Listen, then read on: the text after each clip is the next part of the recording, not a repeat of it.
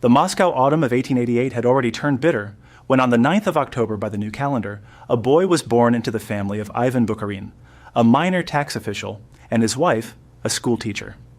The boy received the name Nikolai Ivanovich. Nothing about the household in the Moscow of Alexander III suggested what the infant would become. And yet, within a single generation, that name would be spoken in the same breath as Marx and Lenin. Nikolai Bukharin grew up inside the political underground of late imperial Russia, and the speed with which he passed through it is the first thing a biographer has to explain. He joined the Russian Social Democratic Labor Party in 1906 when he was 17. Within 4 years, the police had him. Exile followed, and then emigration. Bukharin lived in Krakow in Vienna, and for a stretch in New York, where in 1916 he was arrested together with Grigory Zinoviev in a case that the émigré press still half remembered as the Han trial. By the time he returned to Russia after the February Revolution, he was no longer a student conspirator, but a tested Bolshevik with European printing press experience behind him. He threw himself into the Moscow organization. By the time of the October insurrection, he was a familiar face in the party committees of the capital. The reputation that followed him into the 20s was unusual. Lenin, who did not bestow praise cheaply, had for years called Bukharin, in conversation and in letters, the favorite of the whole party. The phrase would later be quoted against him, but in the early 1920s it described a real standing. Bukharin was, first of all, a writer. In 1919, he and Yevgeny Preobrazhensky published a short textbook called the ABC of Communism. The title is misleading. The book was not a primer for school children, but a compact, confident summary of Bolshevik doctrine, written in the strange, vivid idiom of a man in his early 30s who had been editing pamphlets since adolescence. It was translated into a dozen languages and ran through edition after edition. For years, it served as the standard foreign introduction to the ideas of the new Russian government. Alongside that book came Historical Materialism, a system of sociology, and shorter polemical works on imperialism and on the state. Bukharin had a gift for compressing arguments and for making Marxist categories feel like tools one could pick up and carry. The Politburo made him a full member in 1924, the year after Lenin's death, and for the next half-decade his office in the party press, his seat in the highest body of the Soviet state, and his lectern at communist gatherings made him one of the public faces of Bolshevism abroad. Foreign journalists who managed to reach Moscow routinely asked for him. He obliged with explanations. He was also at that period editor of Pravda, the main party daily, and a member of the executive committee of the Communist International, where he held the line on a number of delicate questions, including the German question of 1923 and the short-lived policy of supporting a workers' government in Britain. None of those episodes ended well, but they confirmed the range Bukharin was asked to cover. Yet the man whom Lenin described as the favorite was not, in Lenin's own private judgment, an uncomplicated ally. The judgment is recorded in a document that has its own strange history. In late December 1922 and into January 1923, Lenin, already ill, dictated a series of notes intended for the next party congress. The notes have come to be known as Lenin's Testament. In them, Lenin commented on each of the leading figures of the party. On Bukharin, he wrote that he was not only the most valuable and biggest theoretician of the party, but could legitimately be considered the favorite of the whole party. The next sentence qualified the praise.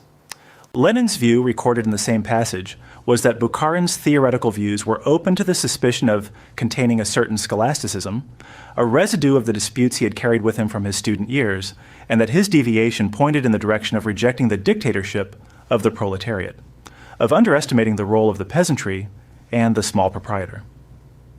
Lenin added that he had warned Bukharin of this in private correspondence years before, when the young man had not yet become a Bolshevik. The testament was suppressed for most of the 1920s.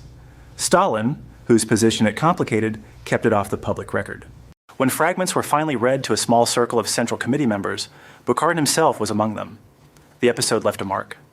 He had been named the favorite, and at the same time he had been warned, and the warning described, with some precision, the line he would in fact take in the great policy debates of the next 3 years. To understand Bukharin in the 1920s, one has to understand the peculiar standing he occupied. He was younger than most of the Politburo. He had written the textbook that foreign socialists read in translation.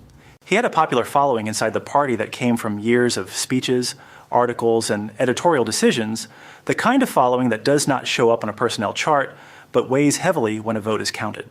He had, in the years after Lenin's death, made himself indispensable to the new General Secretary, Joseph Stalin, by accepting the role of theorist in residence for the coalition that was forming to push Leon Trotsky out of the leadership. That alliance would break violently within 4 years. But before the break, there is a picture that needs to be held in the mind because it explains both the speed of Bukharin's rise and the speed of his later fall.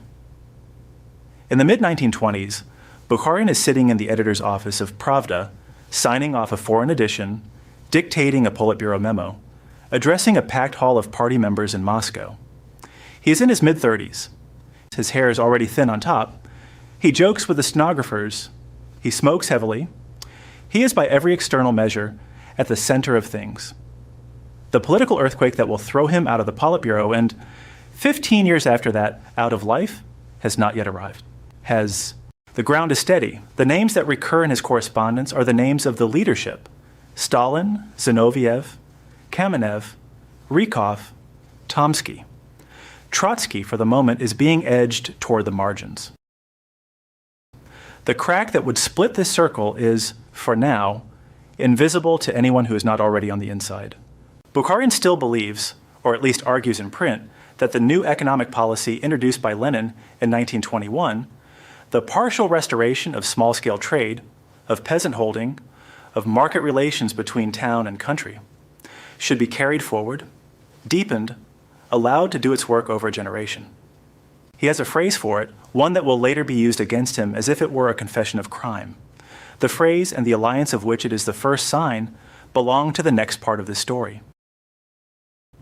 The new economic policy was, by 1925, 4 years old and still the subject of angry argument inside the Bolshevik leadership. Lenin had launched it in the spring of 1921 as a forced retreat after the Civil War and the Kronstadt Revolt had made clear that the countryside could not be commanded by requisition. The decree permitted peasants to sell surplus grain on the open market, allowed small private shops and workshops to reopen, and accepted a limited role for money and credit in the economy. For Bukharin, this was not a temporary embarrassment, but the road forward. He had come to think that the rural middle peasant, even the prosperous one, was not an enemy to be broken, but a partner to be persuaded. The line he sketched in lectures and articles from 1924 onward was that the well-off peasant would, given enough years of stability, gradually grow into socialism, the way a tree grows into the frame that has been built around it. The phrase in Russian was "vrastanie kulaka v socialism," the growing of the kulak into socialism. It was an image, not a statistic, and it described an entire political horizon. In April 1925, addressing a Congress of Agrarian workers in Moscow, Bukharin gave the doctrine a slogan that would be quoted against him for the rest of his life. He told the assembled agronomists and party officials to go to the countryside and tell the peasants, in effect, to enrich themselves, to accumulate, to develop their holdings. Обогащайтесь, накапливайте, развивайте свою экономику.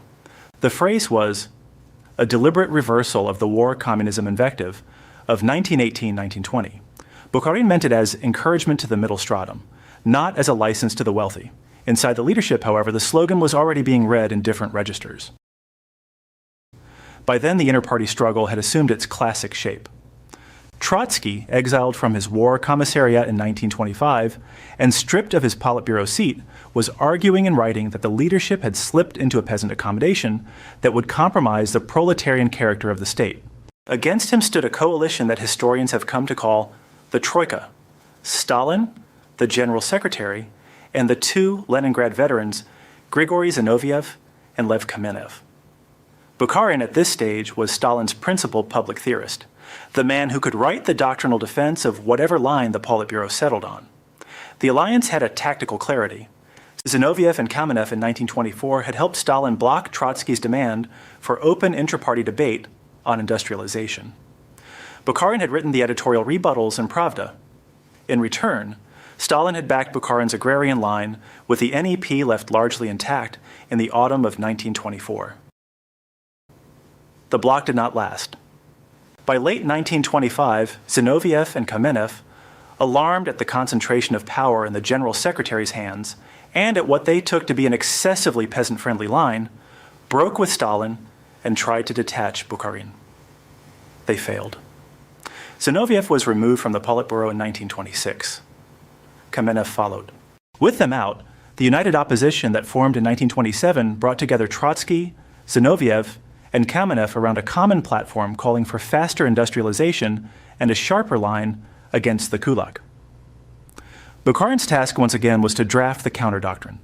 He did so with relish. The united opposition was defeated at the 15th Party Congress in December 1927. Trotsky was exiled to Alma-Ata in January 1928 and deported from the Soviet Union in February 1929. Zinoviev and Kamenev recanted publicly and accepted minor posts. The Troika, plus Bukharin, had won. What none of the victors had yet noticed was that Stalin had begun to shift. Through 1927 and into 1928, the state ran out of grain. Procurement figures fell below plan, and the Politburo's response was a series of emergency decrees under which local party officials seized grain from the richer peasants at fixed prices, sometimes at gunpoint. The measure was the opposite of Bukharin's doctrine. Bukharin, with Alexei Rykov, the chairman of the Council of People's Commissars, and Mikhail Tomsky, the trade union chief, argued inside the Politburo that the emergency measures were exactly the kind of war communism gesture that had destroyed the alliance with the peasantry in 1919. Stalin overruled them. In July 1928, in a conversation with Molotov, Bukharin, Rykov, and Tomsky, that Felix Chuev would later record from Molotov's recollections, Stalin told them that if the procurement crisis was not resolved, the regime risked losing the peasantry altogether, and that emergency requisitioning was therefore necessary. The conversation marks the moment the alliance openly broke.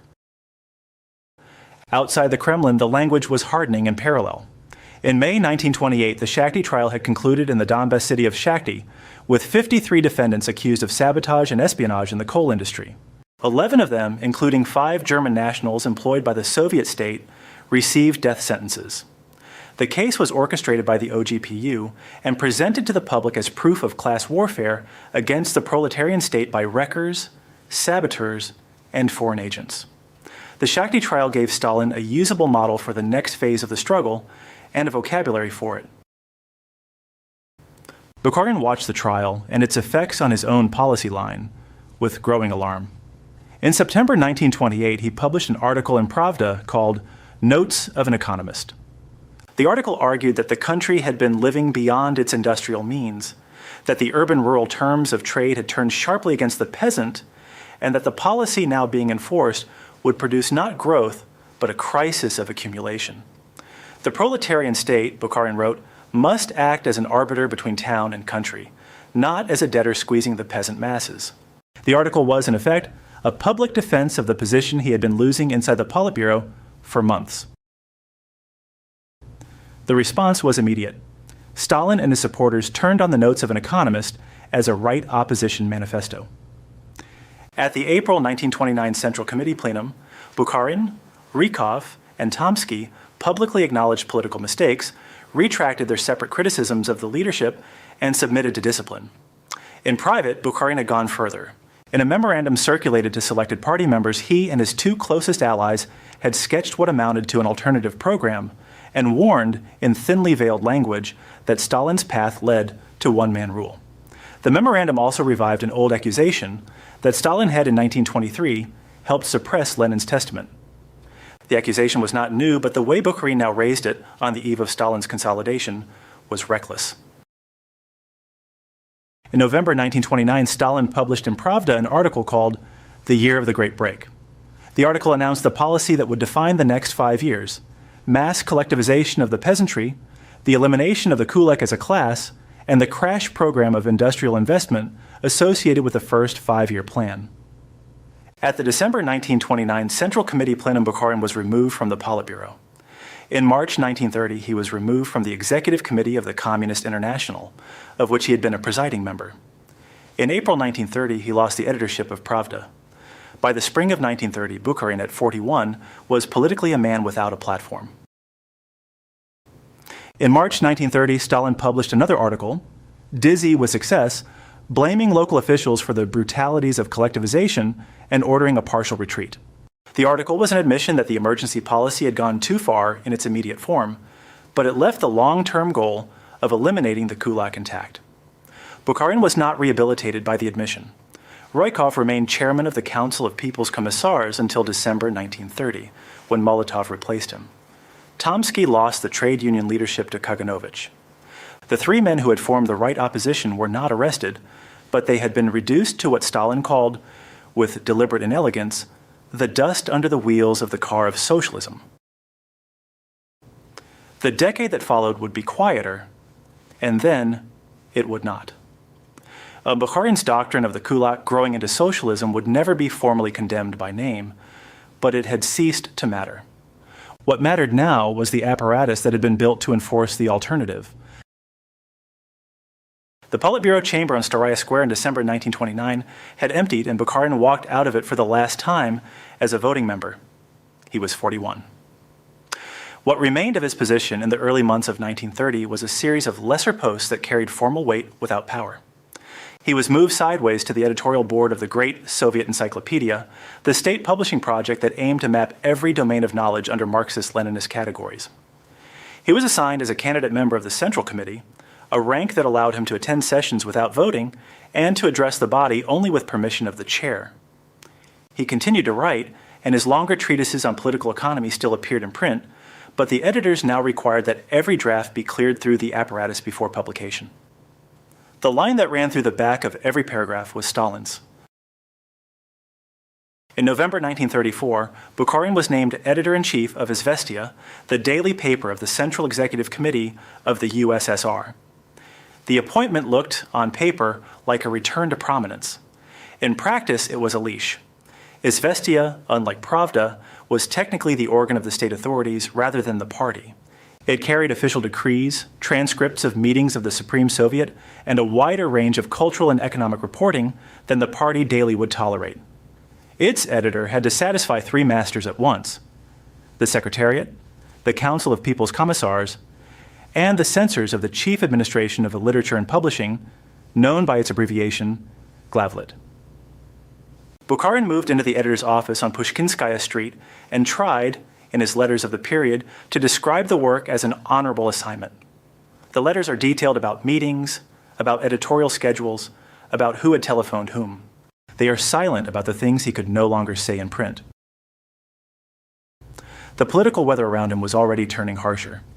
On the 1st of December 1934, Sergei Kirov, the Leningrad party chief and a member of the Politburo, was shot dead in his office in the Smolny. The murder was immediately attributed to a lone assassin connected to a former oppositionist, but the response inside the leadership took a different shape. Stalin traveled to Leningrad personally and oversaw the interrogation of suspects, and a decree was issued that very day authorizing accelerated procedures for cases involving terrorism against the state, including the right to carry out sentences immediately after conviction, without right of appeal. The decree is the moment most historians mark as the formal opening of the terror that would run through 1937 and 1938. Nikolai Yezhov, who had been running the secret political section of the NKVD, was promoted in January 1935. In September 1936, he would be named People's Commissar for Internal Affairs. His predecessor, Genrikh Yagoda, was about to be repositioned from hunter to prey. Bukharin, editing Izvestia, watched these moves from the next room. In June 1934, before the Kirov assassination, Stalin had already written a private note titled on Bukharin's editorial notes, censuring an Izvestia article for what he called inappropriate political framing. The note was not published, but it was circulated, and it gave the editorial staff a clear signal. Bukharin's authority at Izvestia was real but bounded, and the boundaries tightened with every month that passed. He continued to meet with foreign visitors, including socialist intellectuals from the West, who asked for his recollections of Lenin, and he continued to write on economic questions under his own name. None of it was enough to repair what had been broken in 1929.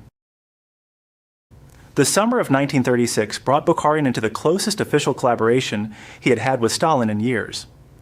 The Constitutional Commission had been working for the better part of 2 years on what would become the 1936 Soviet Constitution, sometimes called the Stalin Constitution. The drafting committee was chaired by Stalin, but a subcommittee worked through the legal questions, and Bukharin was placed on it. The document was presented at the 8th Extraordinary Congress of Soviets in late November and adopted on the 5th of December, 1936. It proclaimed, in its famous first chapter, the victory of socialism in the USSR and guaranteed a range of civic rights that the Soviet state had not previously recognized in its constitutional texts. Bukharin's name appeared on the editorial credits for the published text. Photographs from the Congress show him seated near Stalin on the Presidium, reading from the draft. The juxtaposition is striking. The man who had been removed from the Politburo 7 years earlier for opposing the collectivization that made those guarantees possible now stood next to the General Secretary as one of the document's official draftsmen. Bukharin, by all later accounts, threw himself into the work. He had a taste for constitutional drafts. He believed in the written word. The Constitution he helped edit in 1936 is the one in whose name the next 2 years of arrests were carried out. Two events of the same winter underlined the contradiction. In August 1936, the second of the great Moscow show trials opened in the House of the Unions. It was the trial of the so-called anti-Soviet, Trotskyite, Zinovьevite terrorist center, commonly known as the Trial of the 16. Grigory Zinoviev and Lev Kamenev were the chief defendants. Both had recanted and been readmitted to the party after the United Opposition collapsed. Both were now charged with having organized the murder of Kirov and with plotting the assassination of Stalin and other leaders. The prosecutor, Andrei Yanuaryevich Vyshinsky, demanded the death penalty for all 16. Bukharin, who had once sat beside Zinoviev and Kamenev at Politburo meetings, watched the trial from the visitors' gallery and took notes. The notes have not survived, but his wife Anna Larina later recorded his return that evening and his silence. In January 1937, a third Moscow show trial was held, the Trial of the 17, with the former Politburo member Georgy Pyatakov and the former Menshevik-turned-Bolshevik Karl Radek among the defendants. The charges escalated. The accused were now said to have worked for foreign intelligence services, to have sabotaged industry, to have plotted the dismemberment of the USSR in league with Nazi Germany. The pattern of the next trial, the trial in which Bukharin himself would stand, was being laid down in public. In late February 1937, the arrests began to close in on him. On the night of the 27th of February, officers of the NKVD arrived at the Kremlin apartment where Bukharin was living apart from his wife, Anna Mikhailovna Larina. They had permission to live separately, Larina recalled later, because Bukharin's official position as Izvestia editor had placed him under a schedule incompatible with family life in the small rooms available. The officers read the warrant, sealed the contents of the desk, and took Bukharin to the Lubyanka. Within days, he would be transferred north to the Kresty prison in Leningrad and then back to Moscow, to the Sukhanovka, an internal NKVD facility that was not on any map and that prisoners were required to forget as soon as they left it. Larina was arrested in May 1937, the year-old daughter taken to state care, and the second child she was carrying put at severe risk. Her interrogators told her, as they told so many wives of the accused in those months, that she had to understand the state interest of the case. The interrogation of Bukharin ran from February into May 1938. The chief interrogator in his file was Lev Schwartzman, a figure historians have identified by name from the surviving case materials. The technique used on him and on the other leading defendants of the third Moscow trial was the conveyor. Shifts of interrogators working in sequence, day and night, with rotation of personnel so that no single officer could be accused of beating a confession out of the prisoner with his own hands. Sleep was rationed, food was conditional. Threats were made, and historians have established that these threats explicitly included the safety of wives and children, including the pregnant Larina. The doctrinal content of the indictment was prepared in advance in Moscow, in the offices of Yezhov and Vyshinsky, and the prisoner was required to sign statements whose phrasing he did not choose. Bukharin, by the testimony of his jailers and of his own later letter from prison, understood from an early point that the trial was going to happen and that he was going to die. In the second half of May 1938, after roughly a year of confinement, Bukharin signed his confession. The signature was not a conversion, it was a calculation. The only calculation that allowed him to keep the lives of his wife and son alive for a few more weeks, and to retain a narrow margin of public speech at the trial he was told to expect. He used the margin. What he said in that margin and what the trial did to him belong to the next part of this story.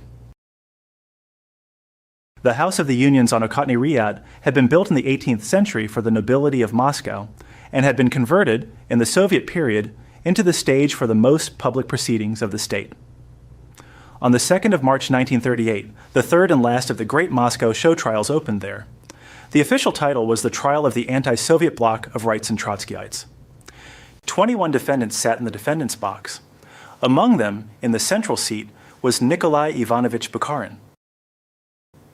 The bench was presided over by Vasily Ulrich of the Military Collegium of the Supreme Court, a man who had already sentenced Kamenev and Zinoviev to death the year before, and who would sentence Tukhachevsky and the senior Red Army commanders a few months later.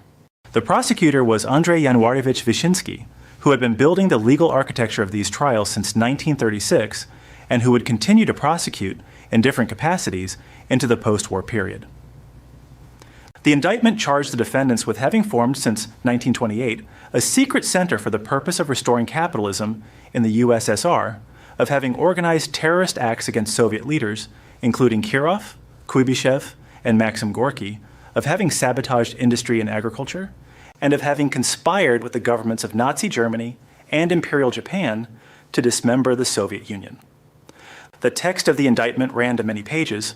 The names of the accused ran to 21, and the smallest denominators of the conspiracy were, on paper, all of them. Bukharin was charged, in addition, with having personally maintained contact with Trotsky through clandestine channels abroad and with having participated in the planning of assassinations. The chief witness against him on these counts was the former secret police chief, Genrikh Yagoda, who had been removed from the NKVD in September 1936 and was now in the defendant's box beside him. Yagoda had been Bukharin's jailer and prosecutor in earlier stages of the terror. Now he stood as the man who would, in effect, accuse Bukharin of having been his confederate. Alexei Rykov, the former chairman of the Council of People's Commissars and the longest-serving ally of Bukharin in the right opposition, sat nearby. Christian Rakovsky, the Bulgarian-born revolutionary who had served as Soviet ambassador to Britain and France, sat further along. Arkady Rozengoltz, the Commissar of Foreign Trade, sat beside him. Maxim Dzerzhinsky's son, Ignatiy Kazakov, and several other officials of the planning apparatus filled out the ranks. The trial lasted 11 days. The transcripts of the proceedings run to hundreds of pages and were published in abbreviated form in Pravda and Izvestia during the trial itself. The pattern was by now familiar to anyone who had watched the August 1936 and January 1937 trials. Defendants stood and confessed, often in language that clearly exceeded what any individual prisoner could have remembered or understood, and that signaled the close editorial supervision of the prosecution. The cross-examination was conducted by Vyshinsky himself, who had by 1938 refined the technique of public interrogation into a kind of theatrical discipline. He posed questions, the defendant answered in the language Vyshinsky had prepared, and the gallery applauded at the moments marked for applause. Bukharin alone, among the 21 defendants, was permitted a margin. The margin had been negotiated, historians have established, through months of correspondence between the prison and Stalin's office. Stalin wanted the trial to have a living theorist in the dock, a man who could be made to explain in his own voice the ideological corruption of the right deviation. The price of the margin was a confession on the broad political charges and the public naming of names. Bukharin paid it. He used the margin to speak at length on the third day, and again on the 7th, and finally on the 12th of March, the day before the verdict, in the long statement that came to be known as his last word. The last word ran, in the Russian transcript, to roughly 20 printed pages. Bukharin conceded the political content of the indictment. He accepted, in the words that have come down in several English translations, that the political part of the prosecution's case corresponded to the political truth, that there had been a bloc of rights and Trotskyites, that it had pursued policies aimed at sabotaging the Soviet state. He then walked page by page through the criminal charges and denied them. He denied that he had plotted the murder of Kirov or of any other Soviet leader. He denied personal contact with Trotsky in any conspiracy of assassination. He denied that he had acted as an agent of any foreign power. He insisted that whatever political differences he had had with the General Secretary were differences within the revolutionary camp, not acts of treason against it. The concession of the political line and the denial of the criminal charge were the technical basis on which his defense rested. They were also, historians have argued, the maximum that Stalin's instructions allowed him to say. The court retired on the night of the 12th of March and reconvened on the 13th. Ulrich read the verdict. 18 of the 21 defendants, including Bukharin, Rykov, and Yagoda, were sentenced to death by shooting. The remaining 3, including Rakovsky, were sentenced to long terms of imprisonment. Wyszynski asked the court for the death penalty, and the court granted it. The sentences were final and not subject to appeal. On the night of the 15th of March 1938, in the basement of a Moscow prison, the 18 condemned men were executed. Vasily Blokhin, the senior executioner of the NKVD, carried out the shootings personally, with a team of assistants. The bodies were disposed of in the manner that had become routine in the preceding 2 years. Bukharin's family was not informed of the date. Anna Larina, then in her 7th month of pregnancy and held in a transit camp, learned of the execution weeks later through an indirect account. The miscarriage followed, as she later recorded. She was sentenced on the 1st of August 1938 to 8 years in the camps and dispatched to Kazakhstan, first to a transit point near Karaganda, and then to a series of camps in the Karaganda region. Her son, Yuri Lavrentievich, born in April 1934 and named after his grandfather, Yuri Lenin, the Bolshevik economist, was placed in a succession of state institutions under a false name. He would spend his childhood unable to acknowledge his parents and would only identify himself publicly as the son of Nikolai Bukharin in the late 1980s. In the months before his trial, in conditions that historians have reconstructed from the file in part, Bukharin wrote a document addressed to the leaders of the next generation of the Communist Party. The letter is known in English as the Letter to the Future Generation of Party Leaders. The surviving text is not in Bukharin's own hand. It was reconstructed from memory by Anna Larina after his death, working from fragments she had been able to preserve, and was compared with the partial texts that had already appeared abroad through socialist publications in 1956. The letter opens with an address to the future generations of leaders of the party on behalf of all the older Bolsheviks then being put to death, and states that it is being written in prison, in expectation of an inevitable death. The text contains an acknowledgement of the party's role in the industrial and educational transformation of the country, a description of the methods used to extract confessions, and the prediction that the dictator's path would lead to a great historical catastrophe for the country. The letter was smuggled out of prison through a guard whose name has come down in the family account and was eventually passed to Larina's mother. She preserved it through the years of camp and exile. The Soviet Union in which the letter was written did not publish it. The first known publication abroad was in 1956 in Socialist Labor Press in Britain, and the text was widely discussed in émigré and academic circles. Within the Soviet Union, the letter remained unavailable until the late 1980s. On the 25th of February 1988, in the second year of Mikhail Gorbachev's policy of glasnost, the Office of the Procurator General of the USSR issued a formal annulment of the sentences passed on Bukharin, Rykov, and the other principal defendants of the trial of the 21. The rehabilitation covered both the criminal charge of treason and the political charge of having organized a bloc. The CPSU followed in the summer of 1988 with a plenary assessment of the trials.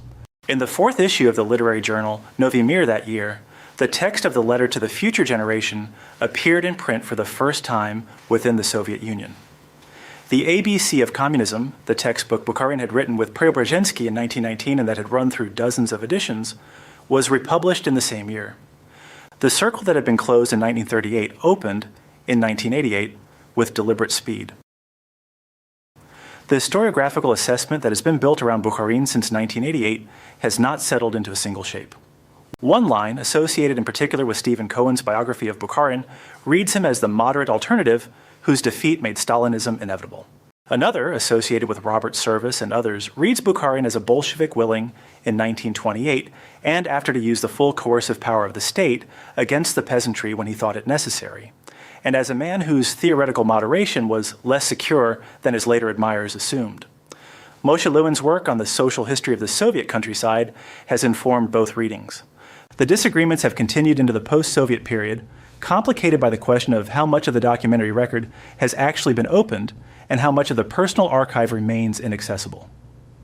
The trial that opened on the 2nd of March 1938 is now read, in most scholarly literature, as the diagnostic event it was intended to be, the moment at which the Soviet leadership formally cannibalized the generation that had made the revolution.